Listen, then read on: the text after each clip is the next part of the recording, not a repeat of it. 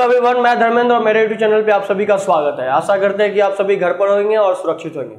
तो आज का जो हमारा टॉपिक है वो सबसे इंपॉर्टेंट सेकंड चैप्टर हम शुरू करने जा रहे हैं, क्योंकि आप लोगों को हम पहले बताए थे वीडियो में कि आप लोगों को अगर एमसीक्यू सॉल्व करवाना है तो आप वीडियो कमेंट कीजिए कमेंट में, क्योंकि कोई कमेंट नहीं आया है तो इसीलिए हम going to start chapter 2 polynomials. और पॉलिनोमियल्स का जो बेसिक चीज है वो हम आपको नहीं बताने जा रहे हैं, क्योंकि उसका हम एक वीडियो ऑलरेडी अपलोड कर चुके हैं और उसका हम इस वीडियो के डिस्क्रिप्शन में उसका लिंक दे देंगे। आप वहां से जाकर के उस वीडियो तक एक्सेस कर सकते हो उस वीडियो को और उसका लाभ उठा सकते हैं। और पहले आप वो वीडियो जरूर देख लीजिएगा, तो इससे आपको क्या होगा कि आपके बेसिक क्लियर हो जाएगा, और बेसिक क्लियर हो जाएगा तो ये चैप्टर जो आपको आसान लगेगा। तो आइए हम शुरू करते हैं सबसे पहले क्वेश्चन से। इस क्वेश्चन को आप जैसा कि आप देख पा रहे हैं, which of the following expressions are polynomials, इनमें से कौन से एक्सप्रेशन जो है पॉलिनोमियल्स है, यानी कि ये जो अलजेब्रिक एक्सप्रेशन दिख रहा है इनमें से कौन पॉलिनोमियल्स है। और in case of a polynomial, अगर पॉलिनोमियल है तो राइट्स इट्स डिग्री, उसके डिग्री को लिखिए। डिग्री मतलब होता है द हाईएस्ट या the largest power of N algebraic expression, मतलब किसी भी अलजेब्रिक एक्सप्रेशन का जो सबसे बड़ा पावर होता है या बिगेस्ट पावर, उसको ही हम लोग बोलते हैं डिग्री। तो आज हम उसी चीज के बारे में बात करेंगे। सबसे पहले पॉलिनोमियल्स के कुछ रूल्स बता देते हैं जिससे ये पता चलता है कि पॉलिनोमियल्स है या नहीं है। आपको ध्यान में, ये सब वेरिएबल्स, कांस्टेंट में कुछ रूल अप्लाई नहीं होता है, वेरिएबल्स में अप्लाई होता है। सबसे पहला रूल कि वेरिएबल्स का जो एक्सपोनेंट होगा वो माइनस में नहीं होना चाहिए, तो वो पॉलिनोमियल्स कहलाएगा। अगर माइनस में तो पॉलिनोमियल्स नहीं होगा। दूसरा रूल्स कि वेरिएबल जो है रूट के अंदर में नहीं आना चाहिए, नहीं तो फिर वो पॉलिनोमियल्स नहीं कहलाएगा अगर रूट में आ जाएगा तो। तीसरा रूल्स कि वेरिएबल्स अगर डिनोमिनेटर में है तो उस पर स्क्वायर या पावर कोई एक्सपोनेंट नहीं होना चाहिए, नहीं तो वो वेरिएबल्स नहीं कहलाएगा।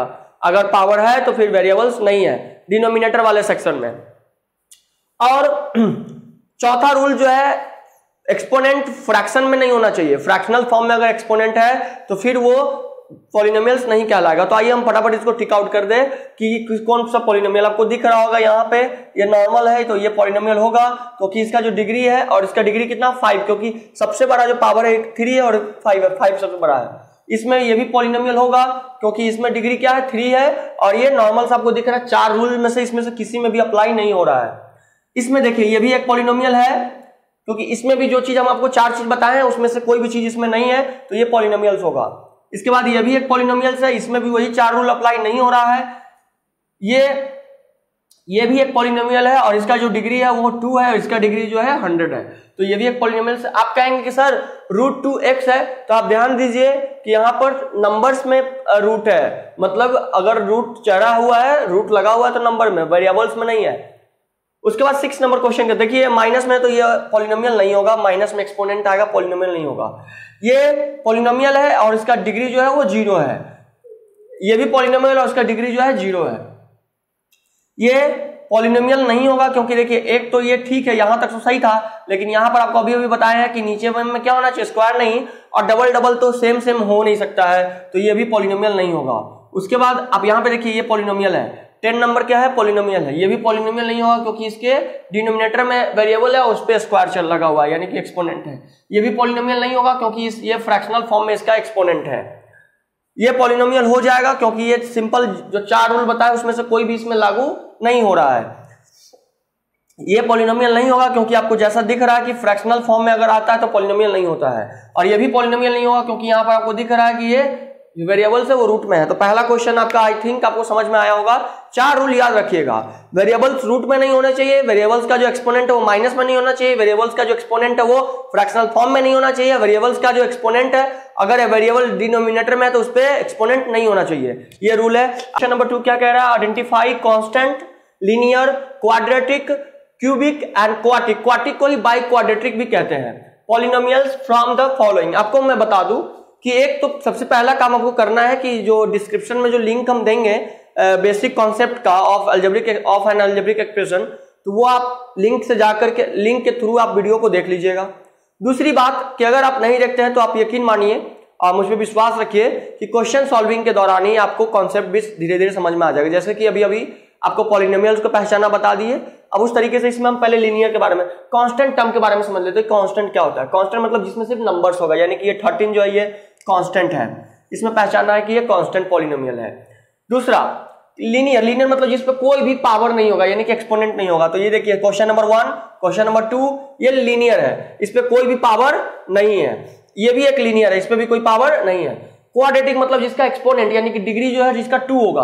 अब देखिए जहां ढूंढिए, एक 7 नंबर 2 है, इस पे डिग्री 2 है और इस पे भी डिग्री 2 है, तो ये हो गया आपको क्वाड्रेटिक। क्यूबिक की बात करते हैं, क्यूबिक में देखिए जिसका डिग्री 3 होगा, तो एक ये हो गया और एक ये हो गया।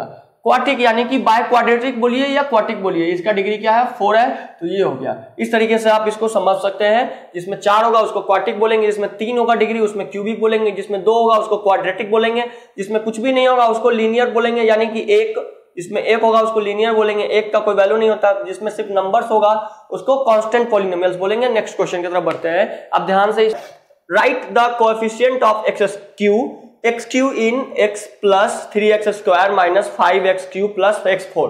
आप इसमें इस क्वेश्चन के अकॉर्डिंग, इस क्वेश्चन के माध्यम से आप जो है कोएफिशिएंट भी समझ जाएंगे। तो आप समझिए कोएफिशिएंट का मतलब क्या होता है। चलिए सबसे पहले देखिए, यहाँ पे एक्स क्यू का कोएफिशिएंट पूछ रहा है, तो एक्स क्यू किस वाले टर्म में है, तो इस वाले टर्म में है, तो इस वाले टर्म को आप अलग कर दीजिए, बहुत सिंपल है।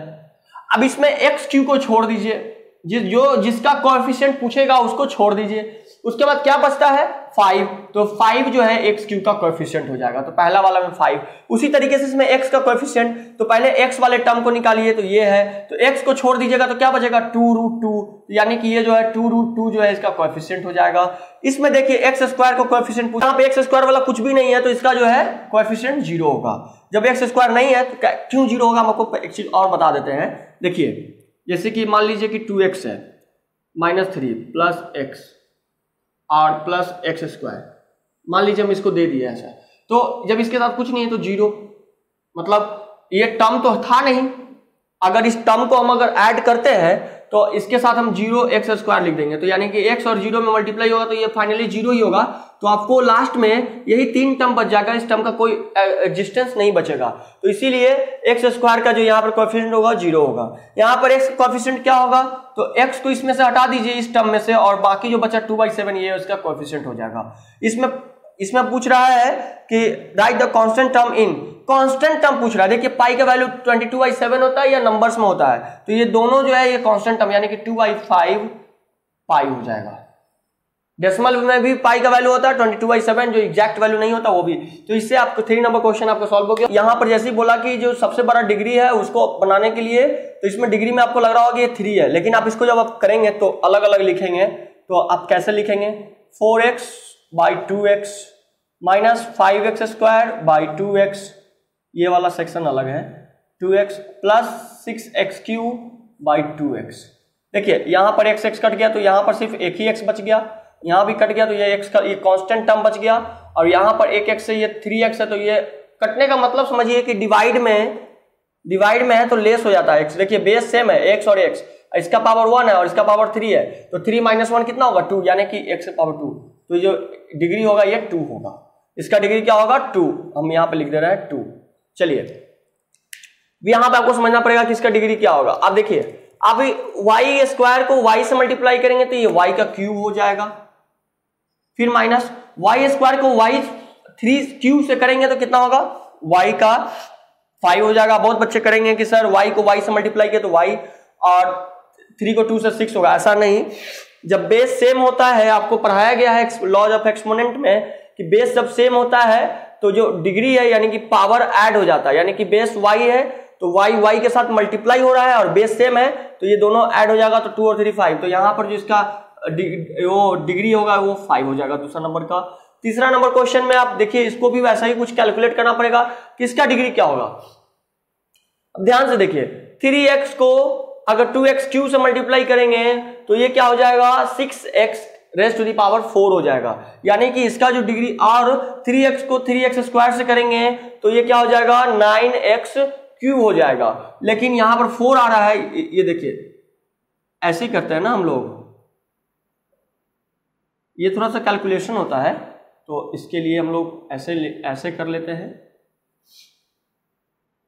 अब चलिए अब इसको कैलकुलेट करेंगे तो ये 6x4 यानी कि ⁴ और यहाँ पर क्या हो जाएगा 9x³, यहाँ पर क्या हो जाएगा 4x³ और यहाँ पर माइनस 6x²। तो सबसे बड़ा डिग्री कौन सा हुआ 4, तो ये आपका हो जाएगा इसका 3 नंबर का डिग्री जो होगा 4, सबसे बड़ा पावर यही है। इसमें देखिए इसमें क्या है 1, कुछ नहीं है तो ये 1 हो जाएगा, इसमें कुछ नहीं है तो 0 हो जाएगा।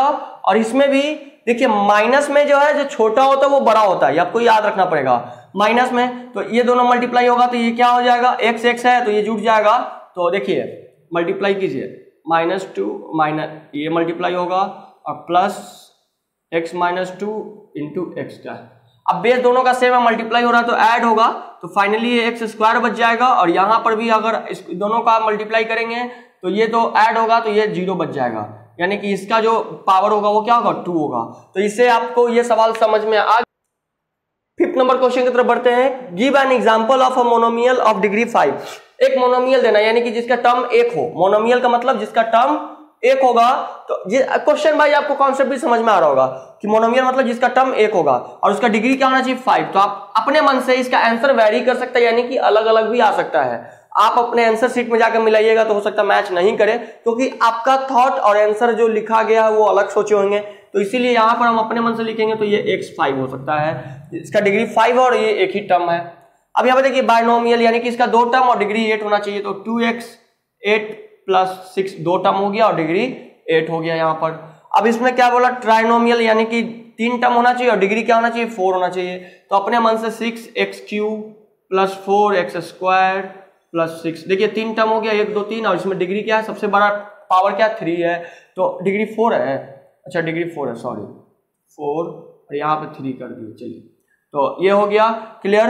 अब मोनोमियल बोल रहा है और डिग्री क्या होना चाहिए, 0, तो कुछ भी लिख देंगे, यानी कि मान लीजिए यहाँ पर हम लिख दिए क्यू लिख दिए, ये भी एक पॉलिनोमियल हो गया, मतलब मोनोमियल हो गया, एक ही टर्म है और इसका कुछ भी डिग्री नहीं होता तो 0 होता है। तो ये सॉल्व हो गया। आगे बढ़ते हैं एक्सरसाइज का 6 number. Rewrite each of the following polynomials in standard form. ये समझना बहुत जरूरी है, स्टैंडर्ड फॉर्म मतलब क्या होता है, आपको समझना पड़ेगा स्टैंडर्ड फॉर्म का मतलब। इसमें ना पॉलिनोमियल में डिग्री वाई हम लोग अरेंज करते हैं, यानी कि जो सबसे बड़ा होता है, जिसका एक्सपोनेंट सबसे बड़ा यानी कि पावर सबसे बड़ा होता है, उसको पहले लिखते हैं। इसमें देखिए सबसे बड़ा पावर कौन सा है, तो सबसे बड़ा पावर है 5x³, तो इसको पहले लिखेंगे। इससे छोटा कौन है, -2x²। उसके बाद तो मतलब कांस्टेंट को लास्ट में लिखने की कोशिश करते हैं, तो वेरिएबल्स लिखेंगे, यानी कि इसका पावर 1 है और उसके बाद ये, इसी को बोलते हैं स्टैंडर्ड फॉर्म, यानी कि सजातीय रूप। और एक होता है विजातीय, ये विजातीय है, मतलब कि उल्टा फुल्टा है। चलिए आप यहाँ पे देखिए सबसे बड़ा पावर इसका कौन सा है, ये है, तो 2y³। उसके बाद कौन है, तो +4y²। उसके बाद कौन है, 1 किस पर पावर है, तो 3y पर पावर 1 है। और उसके बाद क्या बच गया, 2/3। इसको अरेंज कर दे रहे हैं बस, और कुछ नहीं करना है। यहाँ पर सबसे बड़ा पावर है -x5। उसके बाद छोटा पावर है +6x³, यहाँ पर देखिए 6x³। और उसके बाद यहाँ पर कौन सा बच गया, अब उसके बाद 3x²। उसके बाद कौन सा, +2x। यही करना और कुछ नहीं। इसमें देखिए सबसे बड़ा पावर किस पर है, t पर है, raised⁴। उसके बाद क्या है, 3t3q। उसके बाद क्या है, -t² + t और +2। ये हो गया, इसी को कहते हैं स्टैंडर्ड फॉर्म। इस तरह से अरेंज कर दीजिएगा, बन जाएगा। तो आज के लिए इतना ही, और आई होप आप वीडियो को अंत तक, अभी मेरी बात सुन रहे होंगे तो वीडियो को अंत तक देख चुके होंगे। वीडियो को अगर अंत तक देख चुके हैं तो बिना हिचक और बिना किसी घबराहट के और विश्वास के साथ मेरे चैनल को सब्सक्राइब कीजिए, और वीडियो अगर पसंद आया हो तो लाइक जरूर कीजिए और वीडियो को शेयर कीजिए, ताकि दूसरे लोग भी इसका लाभ उठा सके और आपके जैसे दूसरे बच्चे भी समझ सके इस बात को कि कितना आसान होता है पॉलिनोमियल्स को सॉल्व करना और बेसिक चीजों को समझना। क्वेश्चन वाइज आपको बेसिक चीज आज समझ में आया होगा। तो आज के लिए इतना ही। Thank you so much.